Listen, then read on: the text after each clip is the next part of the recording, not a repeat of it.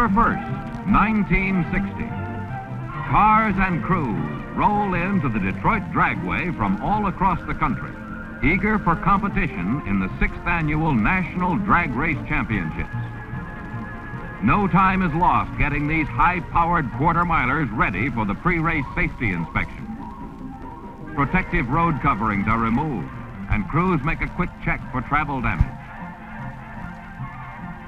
More than 1,000 cars are entered, divided among 14 stock car classes and 36 hot car classes. But no car is allowed to run in a National Hot Rod Association sanctioned event unless it passes through NHRA's mechanical inspection. Lanes set up for the various classes permit orderly inspection of the large number of cars. It takes time, but when a driver pushes his car to the limit, trying to hit top speed and nothing flat, there can be no compromise with mechanical safety. You pass, or you join the spectators. The experienced NHRA inspectors carefully examine a number of important areas. More than 30 are covered by the safety regulations. Front wheels are given close inspection.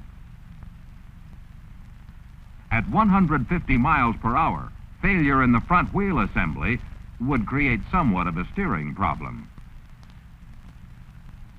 One of the required accessories is a heavy-gauge metal shield to cover flywheel and clutch. Should these parts break or come loose at high RPMs, driver and spectators are protected. Additional safety for the driver is provided by the metal roll bar that must extend at least 3.5 inches above the driver's helmet. A safety harness fastened to the frame of the car holds the driver securely in place. Each of the requirements on the list is checked off. Cars that fail to qualify may be re-inspected after the faults have been corrected. A well-equipped metal shop is on hand to help make required changes or repairs. Roll bars are altered. Flywheel shields are fabricated and installed on the spot. A special lane is provided to speed up examination of previously rejected cars. With the first inspection record in hand, the inspector need only examine the corrected items. After a car has been given the mechanical okay, it is pushed to the weigh-in area. Cars are pushed because many are not equipped with starters or cooling systems. And then, why wear out the engine when you have a strong crew? First, the empty weight of the car is recorded. Assault 1 weighs in at 1,498 pounds. Next, the car and driver are weighed together. Finally, the weight ratio between front and rear wheels is determined. Safe handling of the car requires correct weight distribution. While early inspection, weigh-ins, and classification were taking place, the electronic timing devices were being readied to clock the elapsed times as well as the speed at the end of the quarter-mile run. Recording instruments are housed in the timing tower. The monitor shack connects all areas of the dragway by phone. Successfully passed inspection and weigh-in, cars are moved to the pit area to be groomed for their first runs. The first 3 days of the meet are devoted to time trials, and engines are tuned and retuned. Finally, the only answer is out on the strip.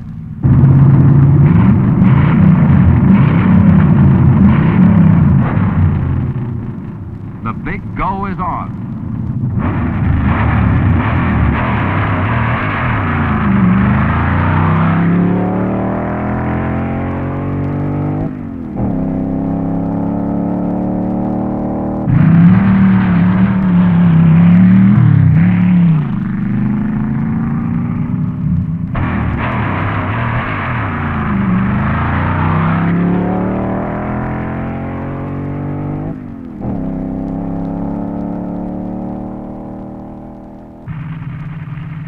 At the starting line, the Deseronto Drag Strip Indians, a car club from Ontario, Canada, direct the cars up to the mark.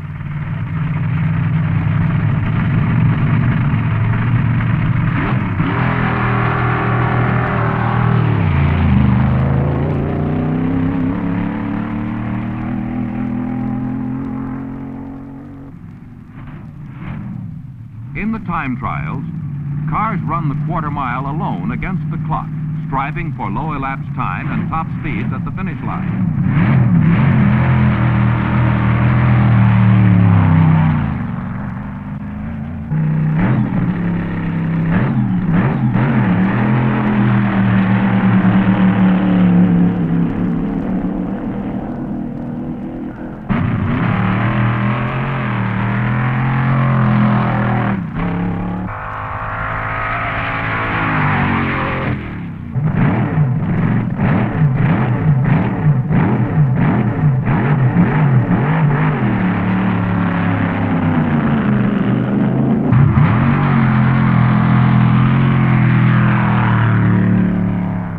Times are measured to the hundredths of a second with the accurate Krondeck system. At the starting line, a car's front wheels are stopped just short of the electric eye. The instant the ray is broken, the timer is started.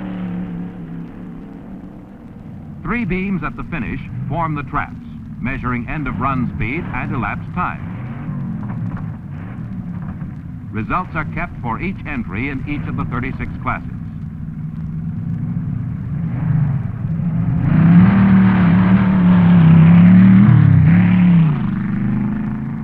When each run is completed, the monitor phones the car number, ET, and speed to a group stationed near the end of the track on the return road. A card is given to the driver with all the data on his run. Elapsed time, 11.50. Top speed, 129.37. To hot rodders, there is always room for improvement. So before the next trip, it's back to the pits for rework. Quite often, transmissions are torn apart and gears changed, or engines are completely overhauled or even replaced. Pit crews appreciated the on-the-spot distribution of spark plugs. Plenty of racing oil was close at hand, and plenty of cooling fluid for hot crews. Probably one of the most important jobs in running a smooth racing event is in the hands of the staging area personnel. As cars move up to the track, they are first directed into one of 2 lanes. Then they are further separated according to class in 6 lanes. This allows the staging area director to keep a steady flow of the various class cars moving to the starting line. Once the driver reaches the head of his lane, he waits to be called to the starting line.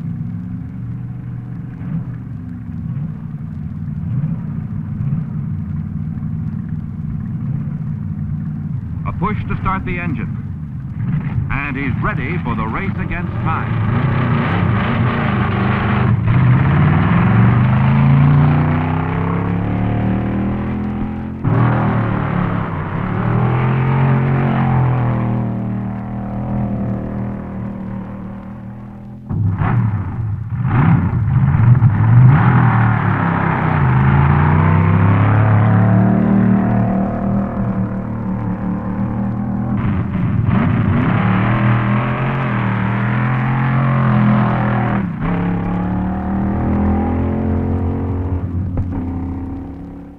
At sundown, the machines rest, while the crews go for a look at the big National Custom Car Show of 1960.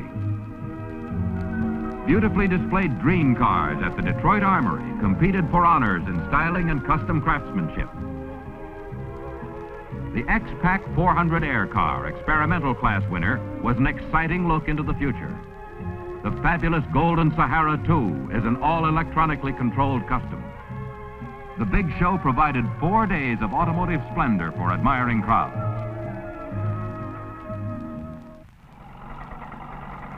Sunday morning, start of class elimination runs. The starting area was washed and brushed clean to help the rear wheel racing slicks grab a good bite on the asphalt. Any loss of traction here can cost the driver the race. The crowds came. They packed lunches, radios, ice boxes, children, everything for an exciting day at the drag races. All the staging lanes were quickly crowded with cars and crews.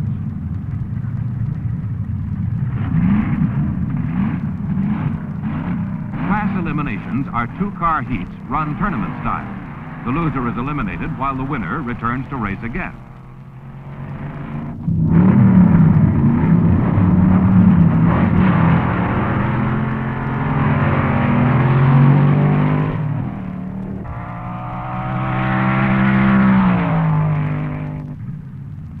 On either side of the finish line, a bank of lights flashes on automatically, indicating the winning lane to the entire crowd of spectators.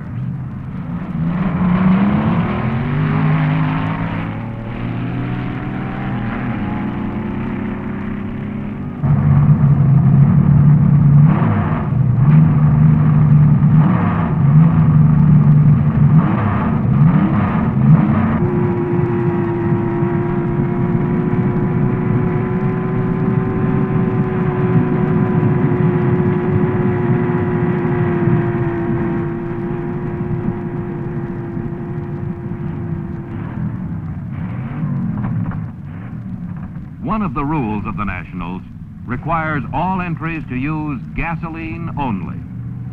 To enforce this rule, a fuel check was set up along the road back to the pit area. Samples were taken from the tanks and examined chemically for any evidence of special racing fuel mixtures, such as alcohol or nitro combinations.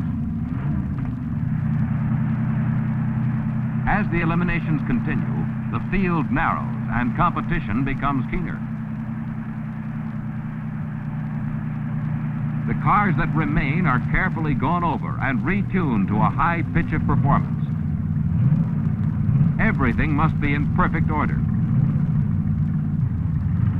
Engine timing is adjusted. Superchargers get a going over. Say ah, please. The last engine bolt is tightened, wheels checked, and then back to battle it out for class honors.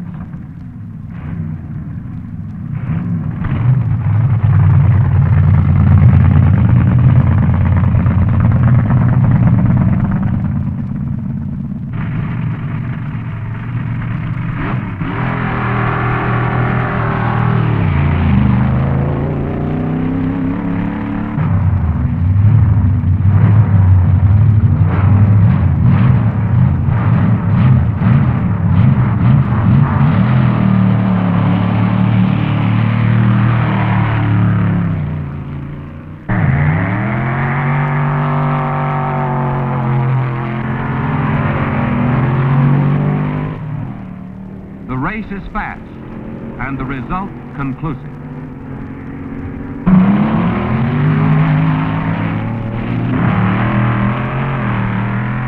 In each class, one car, one driver finally emerges as champion, and the class winners are eligible to compete for one of the elimination titles: top, middle, little, street, and stock. The night before the big day, the cars are divided into proper eliminator classes. The crowds are out. The chips are down.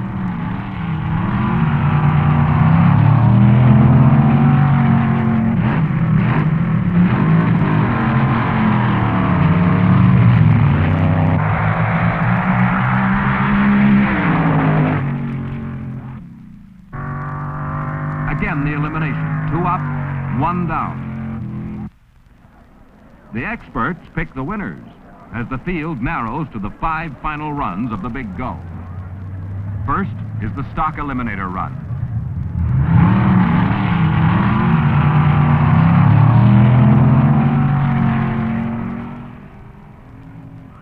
The next heat is for the street eliminator title.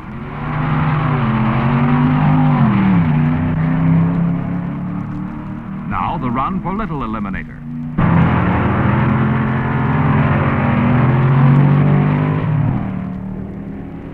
Next, middle eliminator.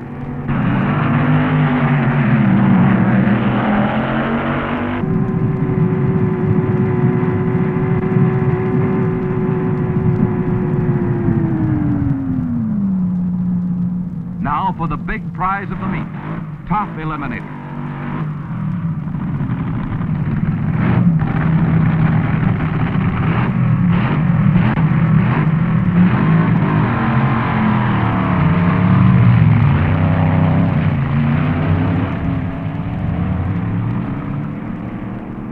There's the light. It's the Albertson Olds from California.